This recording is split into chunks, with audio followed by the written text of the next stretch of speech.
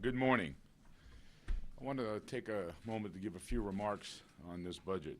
First, I want to take a few moments to thank the city manager's staff, the budget staff, and my staff for putting in an extraordinary effort to bring this year's budget together.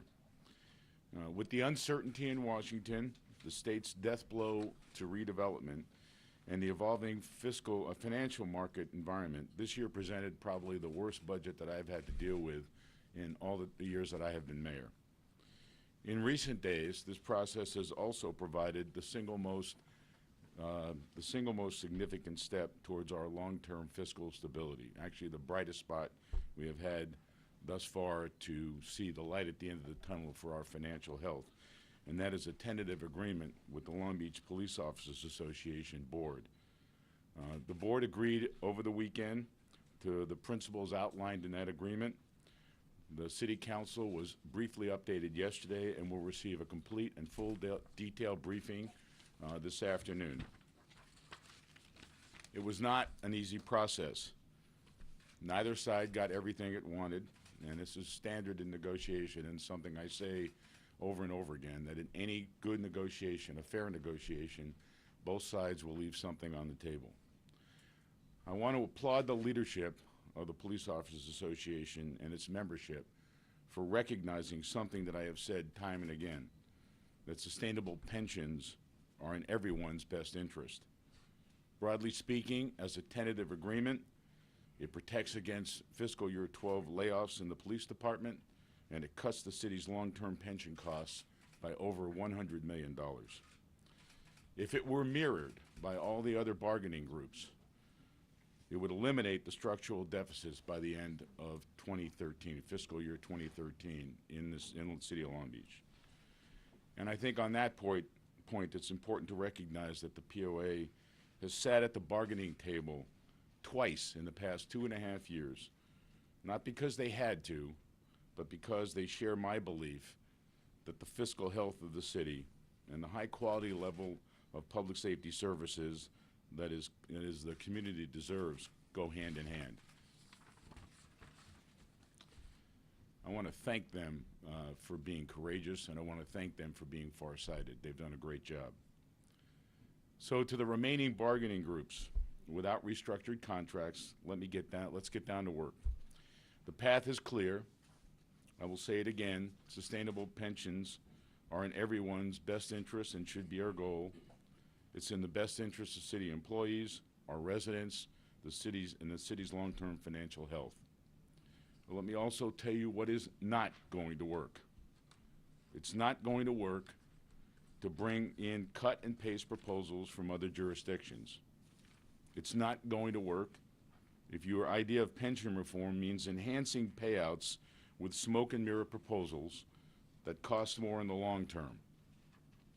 It's not going to work if you just pretend there is no problem and that somehow the stock market will keep going up and up and up over the next decade. And it's not going to work if you try to mask your personal self-interest under the cloak of the public's benefit. Now, these past few years, we've been waging a war of attrition in the city of Long Beach, requiring additional cuts every year. We cannot afford to continue on this path. We must find a way to reach structural balance and to better fund the capital project that this city so desperately needs. Now, this is not an incrimination of any of our city workers or the quality of the job that they do.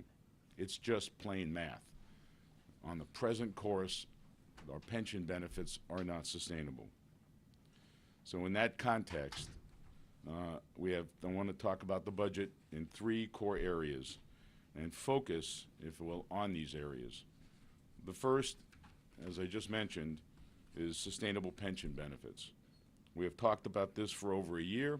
Last year, my budget message, I talked about a path to sustainability and warned that the longer we wait, the worse and more expensive it's going to become. The PERS estimates are done. The present market performance is factored in, and we still have an extraordinary hole to climb out of. And as you all know, the first rule of holes is when you're in one, you stop digging. We need to stop digging. So let's get real pension savings under our belt and move forward on the important work for this city. The second is oil prices. And Long Beach is fortunate to have oil revenue. In the coming weeks, the city manager will provide greater details through a study session of the council. But his budget this year assumes a higher base price of oil. It's going from $45 up to $55 a barrel, and I think that's a prudent course of action. But I'm going to caution everyone that oil is a volatile commodity. I have a chart behind me, and you have it in your packets on this that makes this point clear, right over here. In fact, you can see that not too long ago, we budgeted oil at $85 a barrel, only to see a drop to nearly $25 a barrel in a short period of time. This commodity is very volatile, and it's very influenced by economic activity. And you're going to hear a lot from certain quarters about raising the base amount even higher, and thus using that revenue and those projections to avoid some very painful decisions the city needs to make. Simply put, we must be disciplined in the use of those revenues. And I'll be very straightforward. Question, how do we protect against downside risk with oil? Where do you go if oil revenue drops? Where do you get the additional revenue? And so we've had that experience before. My background is in energy. I understand this commodity. We have to be disciplined. For the betterment of everybody in Long Beach, we need to have a prudent price of oil that we know we have a reasonable expectation that we can live with. And finally, we want to talk about reserve accounts. We have done a good job in this city over the last few years of focusing on using one-time revenues for one-time expenses. We created a fiscal reserve over the last 3 years that has drawn the attention of the rating agencies and has helped Long Beach maintain relatively strong ratings at a time when many other jurisdictions are suffering. And the prudence that has Long Beach well positioned to ride out any short-term fluctuations in the national credit markets that may arise from the recent discussions in Washington. And we all know the economy is in a fragile condition. We have many funds that are in less than optimal conditions. The insurance fund, for example, has a significant projections for outstanding liabilities with about $3.6 million in budgeted funding. We need to improve that. So in short, I'll be looking for ways to build up our fiscal reserves and fund balances this year so that we can take one-time funds and use them for one-time expenditures, such as improving fund balances. This is an opportunity to do what we did in the budget reserve, to really make sure that we're prepared for contingencies that might occur in the future. In short, we've got to prepare for even a more rainy day than we've experienced in the last couple of years. Now, at this point, I'd like to turn the podium over to City Manager Pat West. City Manager West will go through the City Manager's budget that's being presented today, and at the end of his presentation, we'll both come back to the podium and we'll respond to questions. I want to thank you for your attention. Mr. West. Well, thank you, Mayor. Welcome to the third floor. I miss the third floor. I spent the first years of my life in the city of Long Beach on this floor, so I miss this floor. It's a good floor. Anyhow, I appreciate everyone being here to take a look at our budget, and we're very, very proud of this budget, and we'll be presenting it again tonight to our City Council and then to the community throughout the next 30 days or so. As we pointed out on numerous occasions since 2004, the City Council has adopted $188 million in general fund deficit reduction solutions, $75 million of that in the past 3 budget years alone. This includes eliminating 644 positions, all without dipping into our emergency reserves. This year, we started looking at the budget with a fresh pair of eyes. In this budget, you're going to see targets to our enterprise funds equal to the employee benefit growth in each department. In this budget, you'll see the elimination of all vacant civilian positions not currently scheduled to be filled. about 200 positions. By eliminating these funded vacant positions, we'll structurally fix our budget by removing negative budget targets assigned to city manager departments for salary and attrition savings. This budget will also eliminate other structural issues, such as revenue targets issued to departments which simply cannot be met. This is being permanently corrected through this year's budgeted increase in the amount of revenue we see for operations in oil, from $45 per barrel to $55 per barrel. Finally, because of these and all the other difficult but structural corrections to the city budget since 2004, Long Beach is in a great position to benefit financially from the upgraded investment results from PERS that we've seen this year. This will not help us in the current year, in fiscal year 12 in this budget, but we'll see significant improvements in our out years, beginning in 2013, which we'll review in just a minute. The harder you work, the luckier you get. This old axiom could not be more true when applied to all the very difficult decisions this city council and city council before them have implemented since 2004. So with that, we're going to jump to the PowerPoint, which is straight ahead of me. We're going to talk a little bit about the road ahead. The national economic recovery has begun, but impacts to cities are expected to linger for several years. The state's serious fiscal problems have resulted in raids on city revenues. Just look at the not only redevelopment, but the VLF attack that just happened 2 to 3 weeks ago. Labor costs increase. Revenues will not solve our fiscal issues. The city will continue to reduce general fund costs. And our future general fund structural deficits are projected for 13 and 14, and we'll go into that because we're pretty much showing you a 3-year budget here as opposed to just a 1-year budget.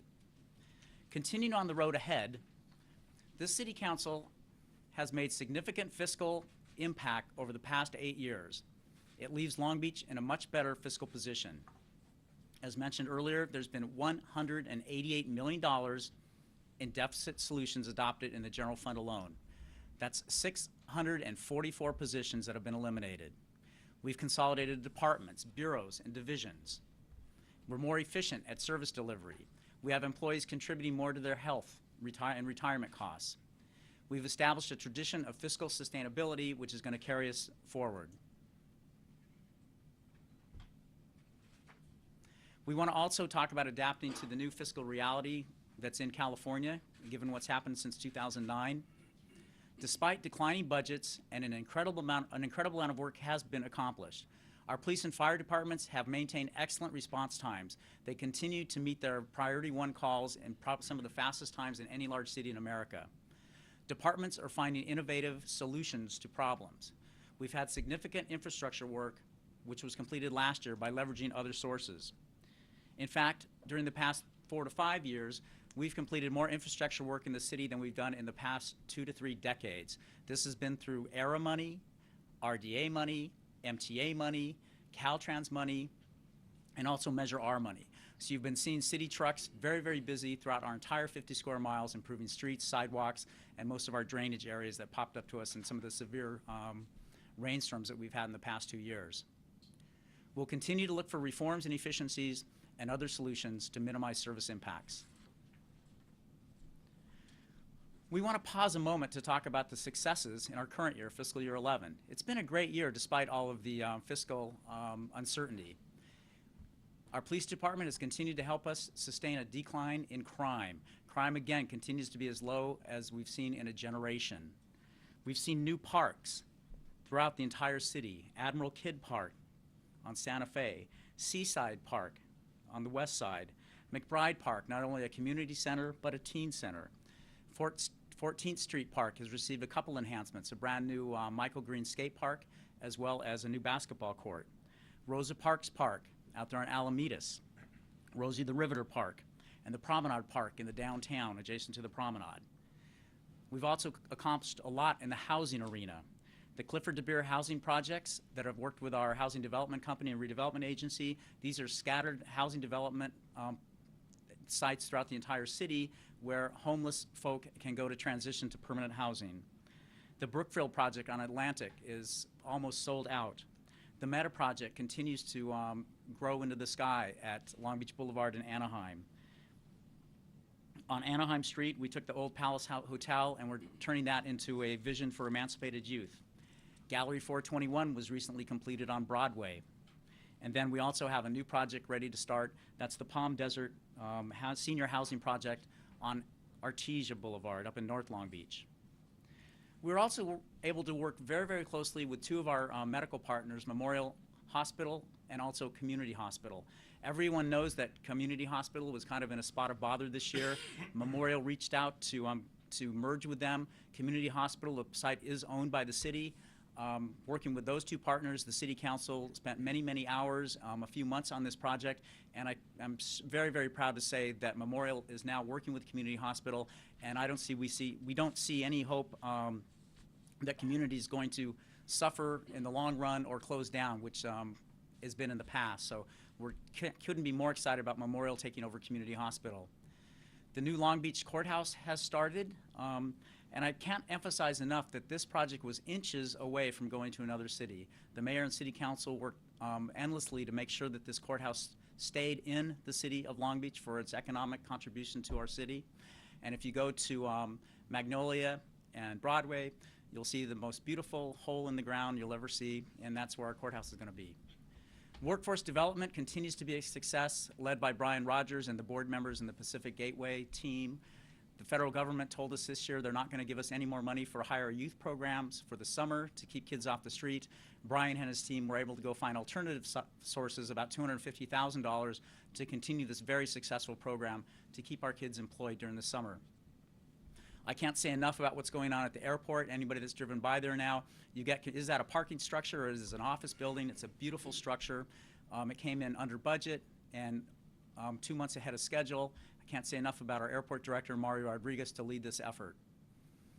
The airport terminal improvements have started, and we'll see that completed in the next 2 years. We're building a new fire station in North Long Beach. This is at Orange Avenue and Artesia. That's a beautiful station if anybody's driven by there, and it's almost complete. And we've done all of this in fiscal year 11 while maintaining a $9 million budget stabilization fund. We continue to have impacts from the state budget. One of them deals with the potential loss of our redevelopment agency, which the council will be discussing tonight. Losing the redevelopment agency would result in a loss of $6 million in general and related fund programs and admin costs. We'd also lose the land use authority that we get through having a redevelopment agency. We'd also potentially lose $119 million in outstanding loans to the agency. And we'd also lose, of course, the city's largest source of housing funding. Let's not forget just last month when the state came to us and took $1.7 million of our general fund structurally from the vehicle license fees. We want to talk a little bit about our structural deficit projection update. We've said that we're looking at 3 years, 12, 13, and 14. When we went into this arena a few months ago, you heard us say that 12 is going to look at about an $18 million deficit. 13, $18 million as well, and 14, almost $18 million as well. So here's the update on the right-hand column.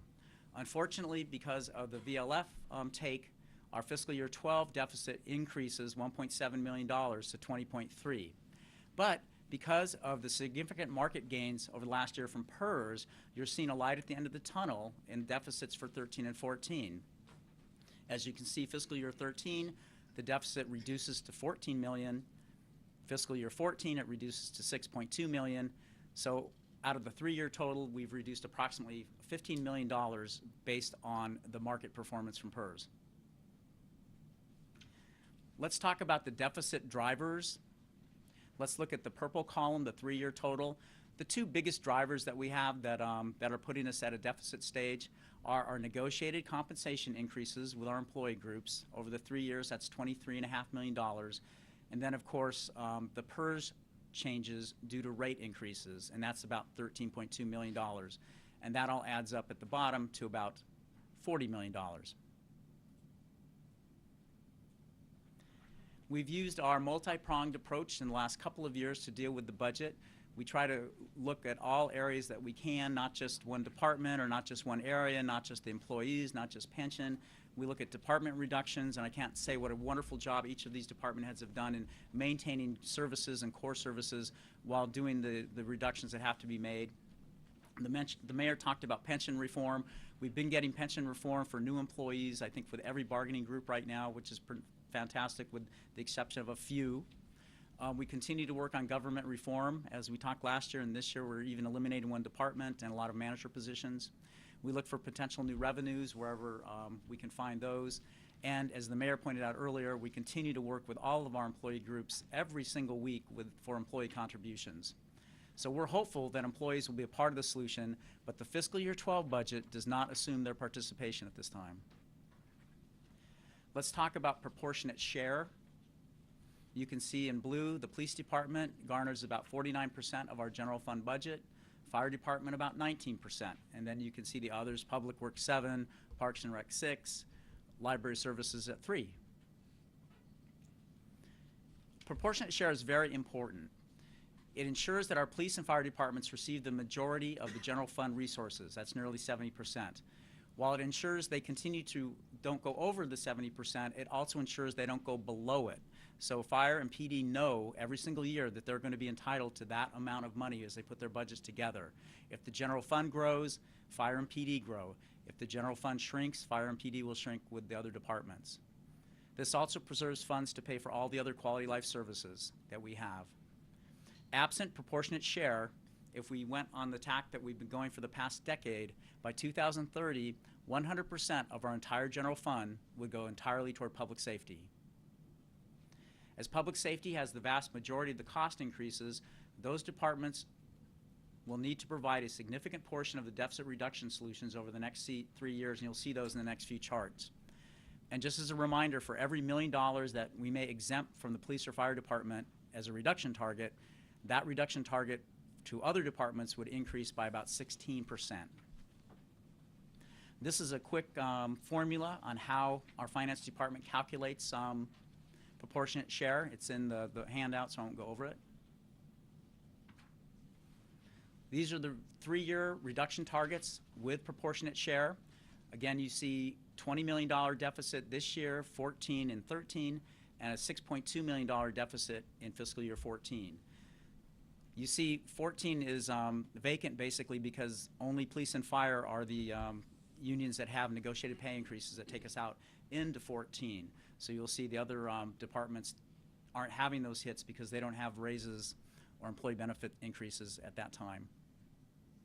This is just a quick snapshot of the 5 of the city's 9 employee organizations that have multi-year contracts. The last one ended in 14. So you get a peek there on police and fire taking us out into 14. Here's some of the approaches we have to reductions. This year, a special effort was made to eliminate civilian vacancies before service reductions were proposed. We want to preserve the services that provide for a healthy community. We will continue to do great work in our community, but service impacts are unavoidable. Let's talk a little bit about the fiscal year 12 administrative reductions. We continue to have a sustained focus on management and administrative reductions, and this year there'll be 11 management positions, 35 clerical positions, and 1 department eliminated. Departments will continue to do more with less. More work is shared among fewer staff, and we want to maximize alternative funding sources. We want to focus also on our quality of life service impacts. Core services will continue, but at a reduced level. Regarding our libraries, you'll see a new reading room library concept or model that'll prevent library hour reduction. So our libraries will continue to keep the hours that they enjoy today, but with fewer services at 3 neighborhood libraries. Services with lower utilization will also be suspended and looked at. Also, areas that have we'll continue to see slower response times for various services, whether it's pothole repair, requests for services for public works, tree trimming, engineering, things like that. Let's focus a little bit on public safety. Here's, in general, what you'll see in our police department impacts. We want to continue to focus on protecting emergency calls for service response. As I mentioned earlier, our PD, Priority 1, Code 3 times, they continue to have one of the lowest response times for any large city in America. You're going to see more civilian staffing reduced in our police department. We'll be combining or eliminating supervisory positions. There will be a reduction of special divisions and there'll be a transfer of workload to other units or patrol officers. You'll also see a reduction of overtime, which prevents additional officer reductions. And finally, you'll see a 3% reduction in patrol staffing. That's basically 14 officers out of 487. We'll switch to the fire department and the public safety arena as well. We'll continue to focus on using available resources to meet our service demands. But one thing you'll see, beginning October 1st, we will permanently end the fiscal year 11 rotating engine closure. You'll also see us, beginning October 1st, enhance Light Force 17, and we'll be restoring the engine and truck there. You'll also see a restructured service delivery at Station 18. Engine 18 will be replaced with Paramedic Rescue 19, ensuring the station remains open for medical calls, which make up nearly 80% of the workload. You'll see utilization of a 3-man engine crew and up to 9 engines selected by the chief. And we'll be suspending the 5th fire truck, that's the Prop H truck, from service and returning to 2007 levels for fire trucks. We're also going to see reduced, we're giving budget targets to reduce funding in our enterprise funds or other funds, so they'll take their share of cost increases or revenue losses. You'll see a cut in the airport there, Civic Center, employee benefits, fleet, gas, technology services over $1 million, our health department as well, and over $1 million as they rely so much on the federal government and state government for their grants. And as those diminish, the health department unfortunately diminishes, as well as refuse and towing. One of our prongs was government reform, and here's a few of the things that we're going to work very hard on this year, and we'll be reviewing this with the City Council. We'd like to consolidate residential and commercial plan check and inspection services throughout the city. This is split up in very many different departments. We also want to evaluate the consolidation of infrastructure project development and management under one department. We want to consolidate all of our parking operations. We want to consolidate the fire and police dispatch call centers. We've talked about this for years, and this is the year we really want to try to make that happen. Many of you, we talked about this in the past, but we'll be transferring animal care services to the Parks and Recreation and Marine Department. We also want to consolidate our temporary worker program, which includes non-careers, the hiring program through our workforce development program, and work more closely with Brian Rogers' shop rather than Apple One, where we pay a larger fee. So in summary, for the fiscal year 12 budget, we're looking at a $20.3 million in structural reductions. That includes 168 general fund positions eliminated. You can see the numbers there, 35 sworn PD, 27 sworn fire, 109 civilians. And then in other funds outside of the general fund, there will be 91 civilians lost, positions lost. And this does not include whatever action Ms. Bodek is going to have to take with the City Council and the Redevelopment Agency Board, given the impact on the state on redevelopment. So right now, a total positions eliminated of about 259. We talked about a 3-year budget program that you're seeing right now and the deficits we're looking for the next 3 years. So deficits are an ongoing concern, but through the leadership of the Mayor and City Council, Long Beach has established a tradition of fiscal sustainability. However, difficult reductions and uncertainties still remain. If full employee pickup and pension costs is achieved by the end of the current contracts, the structural deficit will be significantly less. Additionally, should employee pickup of pension costs occur sooner than the expiration of the current contracts, there would be significantly fewer services and workforce reductions in fiscal year 13 and 14. So let's look a little bit at 13 and 14. This is basically the ghost of budget future. We're not sure these all have to happen, but these are the things that would happen or could happen if we can't get support from our employee organizations. In fiscal year 13, again, you could see the elimination of 2 fire engines and convert 6 additional engines to 3-man crews. You could also see the closure of library branches and additional conversions to the reading room model. You could see up to 44 sworn and civilian layoffs in the police department and reduced park maintenance and staffing reductions in public works. In fiscal year 14, again, the ghost of budget future. We're not promising this, but these are things that we would see if indeed we made no changes to some of our employee organization negotiated groups. We'd eliminate one additional engine and reduce staffing on various apparatus, and you could see up to 26 sworn and civilian layoffs in the police department. The 3-year impacts of the summary, again, you've seen this earlier, a $40.5 million reduction in structural general fund. Up to 400 positions could be eliminated over the 3-year period. The library and community center closures could impact us in 13 and 14, and the elimination of fire engines. Again, through 14, you could see reduced service levels citywide, delays in police report taking, investigations, completing casework, and reduced maintenance in our parks and other city facilities. The summary, we've made great progress. We truly have. Look at the wonderful work we've done in fiscal year 11 and the wonderful work our department heads have done trying to implement the policy by our city council and mayor. But we're not out of the woods yet.